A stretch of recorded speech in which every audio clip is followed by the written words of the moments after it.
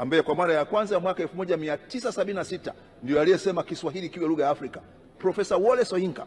Na yeye alishauri kwamba ili Kiswahili kiwe lugha ya Afrika kianze kuchukua maneno kutoka katika lugha nyingine za Afrika, ili baada ya hapo Waafrika wote wawe na lugha ambayo inawaunganisha. Kwa hiyo tumepokea ushauri wako na tutajitahidi kutumia maneno kutoka kwenye lugha zetu na lahaja zetu badala ya kuunda maneno kwenye maabara za lugha. Sasa Mheshimiwa Spika, naomba nizungumze swala la Singeli. Kwanza nishukuru sana mjadala huu ambao umekuwa kwa muda mrefu, na tuliamua kukaa kimya ili Watanzania waseme. Watanzania tunasahau sisi ndio taifa katika bara la Afrika lenye tofauti kubwa za utamaduni, tofauti kubwa za lugha kuliko taifa lolote katika bara la Afrika. Sisi ndio tofauti kubwa sana.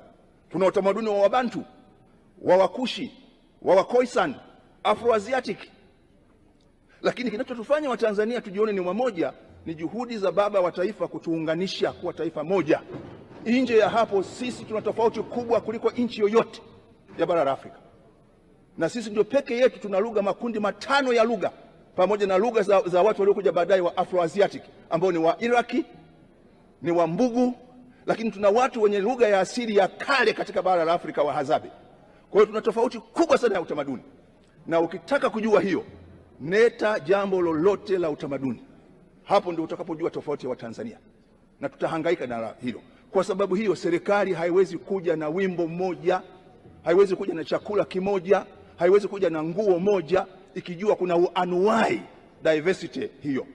Na wakati mwingine imetufanya tukimbilie nyimbo za kwaito kwa sababu haina mwenyewe kuliko nyimbo za sisi wenyewe kwa sababu tunaona ni tofauti. Tumshukuru sana baba wa taifa. Asingefanya hivyo, Tanzania hii ingekuwa haikaliki. Kwa sababu tuna tofauti kubwa katika mavazi, katika chakula, katika vionjo, na vinachochewa pia na imani za dini. Kwa hiyo tushukuru tuko taifa moja. Na maana yake nini? Lazima tutekeleze 4R katika kujadili mziki wa Singeli. 4R za Rais Samia Suluhu Hassan za ustahimilivu. Sasa Singeli kwa sasa imekuwa ni moja kati ya miziki ya Tanzania kama ilivyo kwa miziki dansi, tarabu, kwaya, bongo flava na miziki mingine. Na Singeli sisi tunachofanya wala sio kuipeleka duniani.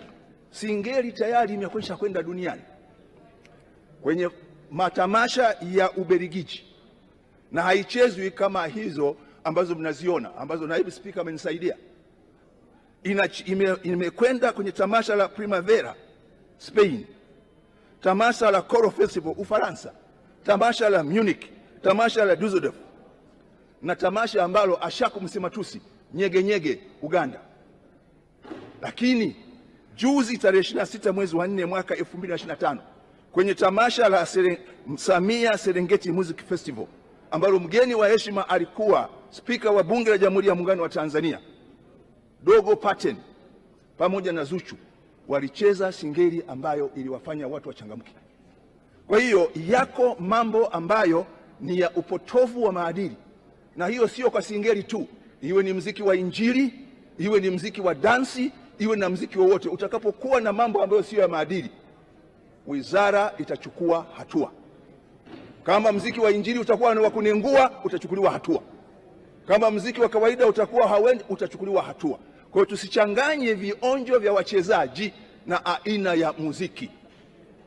Yakumbukeni maneno katika Biblia ya Yesu Kristo walipompelekea kahaba, akasema yule ambaye hajawahi kufanya hayo awe wa kwanza wa kumtupia huyo jiwe. Wote waliangalia chini na kuchora chini ya miguu yao. Tuwasaidie vijana hawa kuusafisha mziki huo ambao tayari umeshakwenda duniani. Hatutavumilia aina yoyote ya mziki unaotweza wanawake wala kuwashushia hadhi, uwe ni wa aina yoyote ile. Lakini Singeli imepiga hatua, na kama alivyosema naibu spika, Singeli tunayozungumza ya kwenye video na nimeletewa hiyo, sijui ya Nairobi ya wapi, hao ni vijana waendelewe kuombewa, waendelewe kuaswa, waendelewe kuonywa. Na kama alivyosema Yesu, nimekuja kwa wagonjwa, mimi ni tabibu na sio walio wazima. Ninyi wote ambao mmeokoka, endeleeni kuwaombea hao watu, na imbeni utabibu wa kweli ni Yesu Kristo au Mtume Muhammad sallallahu alaihi wasallam, ili wawe na heshima katika aina zote za muziki na aina yote ya michezo.